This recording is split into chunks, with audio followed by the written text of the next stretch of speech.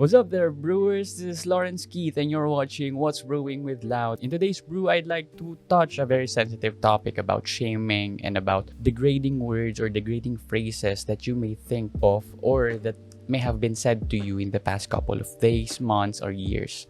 First, I'd like to thank those who bravely messaged me through DMs and through the comment section where I posted kung ano yung mga degrading words or degrading phrases or humiliating words and phrases that you may have encountered in your life. Thank you for those brave hearts, and unfortunately, for the sake of confidentiality, I may not be able to say your names. Let's define first what is shaming or what is exclusion. What are these words na minsan hindi natin namamalayan nakakasakit na pala or nakaka-degrade na pala to the people that we said them to.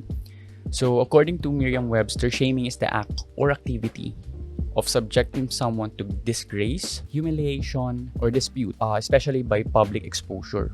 But in the context of today, where mental health is far more taken seriously than ever, shaming is not bounded by public exposure. So, hindi na lang siya basta pinahiya ka sa maraming tao, pinahiya ka sa group of people. Sometimes, it's between two people lang.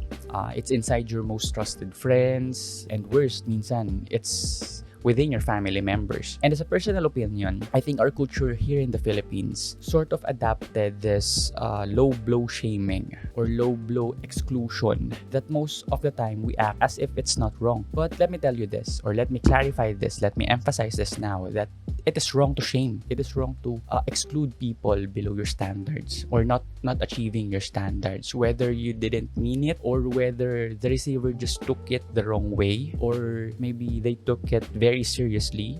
Saying something that is degrading, that is humiliating, or that is shameful is wrong. So let's cancel that culture right now. So I think there's no better time to address this huge elephant in the room than now. So in this episode, I'll tackle some of the phrases and let's try to relate to them. First is comparing. This is the most common type and this is the most relatable type dahil present siya, I think, in many households. I'm not saying all, I'm not saying kada household present yung comparing, but most households present to. So, have you ever heard the phrase, yung mga anak ni ganito, engineer, yung mga anak ni ganyan, nurses, yung pinsan mo, ang ganda ng trabaho. Yung kapitbahay natin, nasa ibang bansa na. Yung kamag-anak natin, nasa ibang bansa, ang ganda ng buhay. It's kind of degrading or kind of humiliating from a personal perspective, lalo na pag ikaw yung sinasabihan. For example, sa family reunion, pag nagko-comparing na ng mga anak or ng mga apo na nakapag-achieve ng maraming achievements in life, hindi maiiwasan na i-compare sa'yo or hindi maiiwasan na i-compare sa iba mong relatives, yung ganun. And we should cancel this culture of comparing, lalo na within the relatives, within the group of people na matatawag nating pamilya. Pwede itong palitan ng pagiging proud or affirmations and celebration of the small things. Kasi kaya ka nakikipagkita or kaya nga sincelebrate nyo yung life nyo together with your families because some people hindi nakakapag-celebrate ng kompleto. Some people, kulang-kulang sila pagka nag-gathering. And ayun, pwede natin palitan yung comparing na, uy, itong pinsan mo engineer na or itong mo engineer na, bakit ikaw ganyan, hindi pa. Pwedeng palitan natin ng pagiging proud. Uy, congratulations, you passed the recent board exam. Or congratulations, ikaw yung nag-prepare ng lahat ng luto ngayon for the reunion. Or maybe congrats kasi you're having a baby. Congrats, madadagdagan naman tayo sa family with your engagement. Yung mga ganong maliliit na celebrations, parang yun, I think, yung mas importante rather than pag nagkita-kita kayo with your relatives, nahihiya ka pumunta or nahihiya ka makisalamuha dahil ayan na naman si tita, ayan na naman si lola, ayan na naman si lolo. Papalapitin na naman kayo magkaka-batch or magkaka-generation, then i-compare kayo sa isa't isa kung ano na yung mga achievements na na-achieve nyo.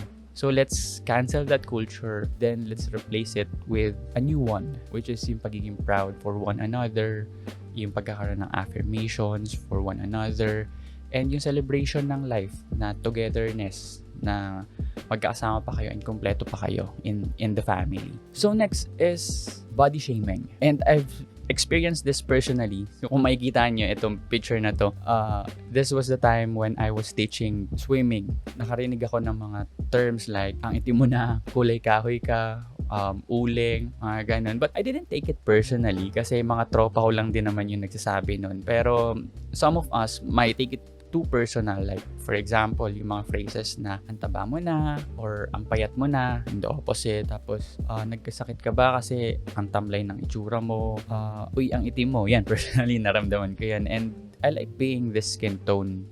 Ayoko yung sobrang puti ako and hindi na ako naaasar pag may nagsasabi sa akin na ang itim mo. Kasi gusto ko to eh. Ito yung kulay ito yung skin tone na gusto ko. So, ayun. But some of us might. So, let's cancel this culture of body shaming. Dahil, aminin natin or not, magkakaiba tayo ng physical appearance. And that's what make us human. Dapat ang ina-accept na natin ngayon is yung diversity. Yung pag-celebrate ng life through diversity. Dahil may iba't iba talagang build yung katawan natin and nasa genetics na yun eh, na hindi na natin kontrolado yun eh. What we can control is what we think of other people, or ang pwede natin makontrol is kung paano natin sila may include into our circles, or paano natin sila may include more into our lives para makasama natin sila in celebration. And lastly, hate and exclusion dahil hindi nami-meet yung mga standards natin kadalasan. Minsan, ang taas ng standards natin. In body shaming, ganun din.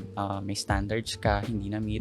And in comparing, ganun din. May standards ka, hindi na-meet. So, i-compare mo sa ibang tao na na-meet yung standards mo, di ba? Example, trying hard mag-English, pero wrong grammar naman.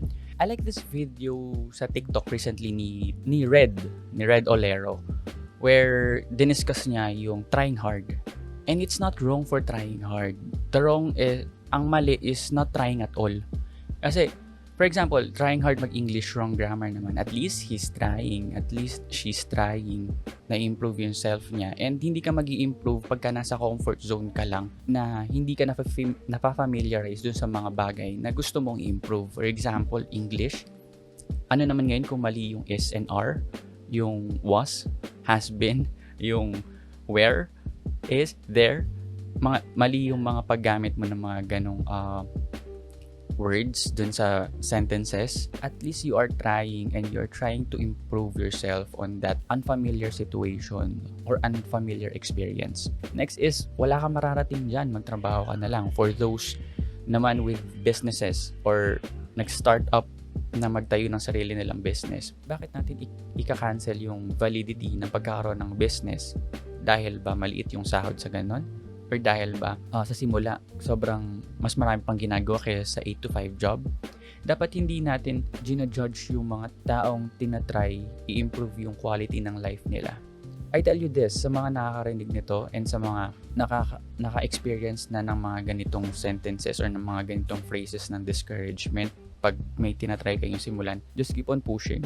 And ituloy nyo lang yung ginagawa nyo dahil hindi mo kasi alam kung ano yung mangyayari in the future pag hindi mo tinatry yung bagay.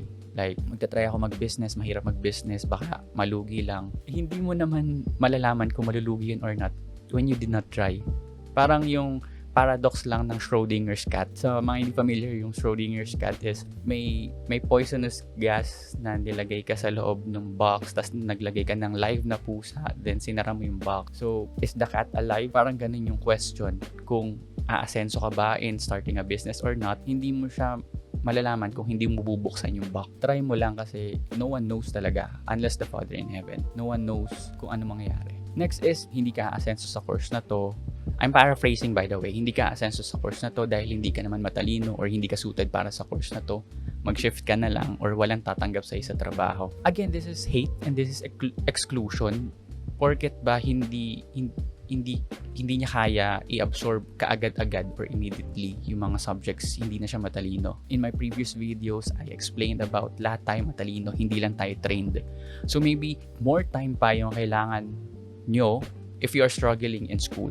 Kailangan nyo pa ng more time to study. Kailangan nyo pa ng more time to learn lessons. And if you are a professor, you are a teacher, you are an educator, tapos ito yung phrases na lalabas sa bibig nyo, na hindi ka aasenso sa course na to dahil hindi ka matalino or hindi mo kaya yung course, or ito yung sasabihin mo sa mga estudyante, mag-shift ka na lang. You're not suited to be a teacher. You're not suited to be a professor or an educator. And I'm not saying everyone ganito yung thinking. Merong some, may mangilan-ngilan or less than 1% ng mga teachers or ng mga professors na ganito, na tingin nila it's better for a person na mag-shift na lang kesa mag-struggle pa buong buhay niya dun sa course na pinili niya. Paano kung passion niya yun Dun siya masaya kahit nahihirapan siya. There are cases like that. You'll never know kung ano yung kaya ng tao kasi from the start, binabar mo na siya.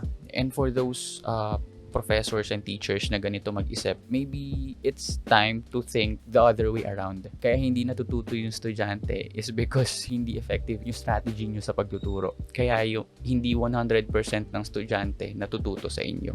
There are some na natututo, there are some na hindi. So as an educator, dapat diverse din yung skill set natin para pag may mga students na well adapted to the standard educational system, matuturuan mo sila na maayos. And pagka merong struggling na need pa ng enforcement, may skill set ka para dun. It's a win-win situation kasi na-improve mo yung sarili mo, marami kang skills na malalaman in teaching, and ang daming estudyante na pwede mo matulungan because of those skills. So let's cancel this culture of exclusion dahil hindi nila nami-meet or hindi nami-meet ng other people yung expectations natin or yung standards natin. Be their encouragement. Pag may makakilala ka na nag-start pa lang or trying their best sa school, huwag ka nang dumagdag dun sa burden na iisipin nila kasi hindi mo alam kung anong pinagdadaanan nila. Baka nag-struggle din sila sa life nila other than school, other than business, di ba? So be their encouragement from time to time. Kamustahin mo, ganun. And be the reason for not giving up. Affirm him na merong pupuntahan yung mga struggles niya in life. Merong light at the end of the tunnel na dinadaanan niya ngayon. So for the heart of the brew today, I want to address this in two parts.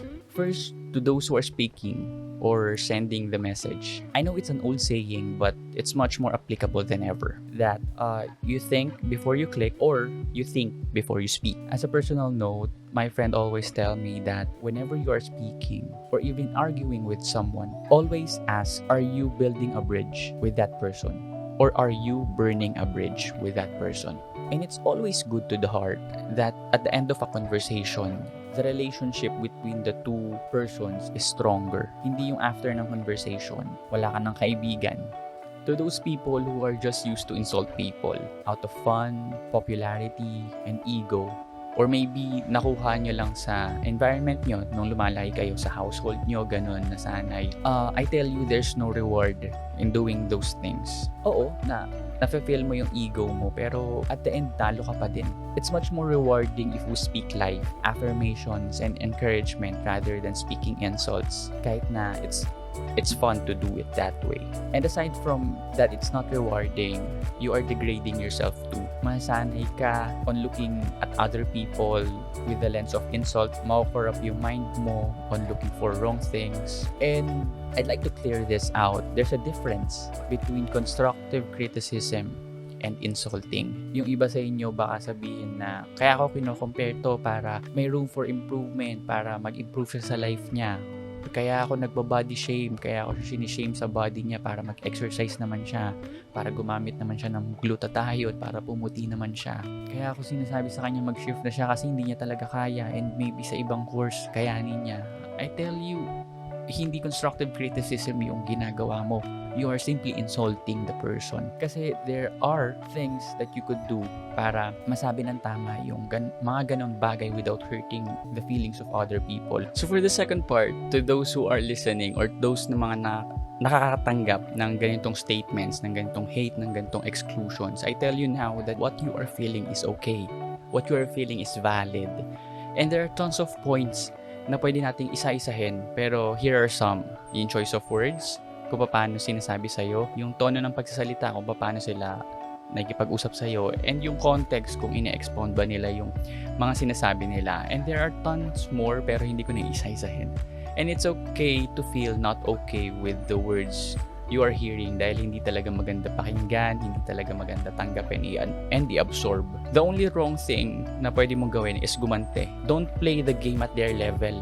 Be the light where they can see their flaws. And yes, may right way to do this. Katulad ng pagkakaroon ng right way ng mga senders ng message, may right way din kung paano mo i-correct yung mga mali. So, pwede mo silang kausapin through chats, through text, privately, pwede din personal conversation with them, and pwede din yung with groups of people, with groups of friends or relatives na both of you will feel safe and not judged. In this way, nasa-stop natin yung rippling effect ng negativity.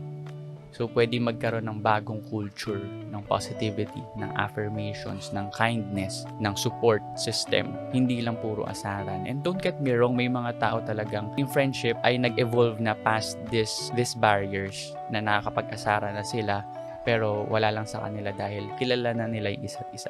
And lastly, as I point out in my previous videos, focus on the things you can control. If pangit yung dating sa'yo and kilala mo naman yung tao or lifetime friend mo naman yung nagsabi sa'yo and kilala mo siya na ganun talaga magsalita or ganun talaga yung kinalakihan na culture, maybe pwede mong i-adjust yung way ng pagre-receive mo sa mga statements coming from him or sa mga messages coming from him. If somewhat hindi mo siya ganun kakilala and sakaling hindi mo alam kung saan siya nanggagaling kaya ganun yung mga nasasabi niya, try to understand lang na may pinagdadaanan siya na hindi mo alam. As I conclude the video, here's a thought. Whether you are the speaker or the listener, always bear in mind that conversations are made so that we can be connected, so that we can share our ideas, our thoughts, and especially our lives to other people. Isn't it better if the world is more connected because of bridges formed from kindness or formed out of kindness, rather than a world full of burnt bridges due to misunderstanding and hate? That's our Brute Day. Lao out.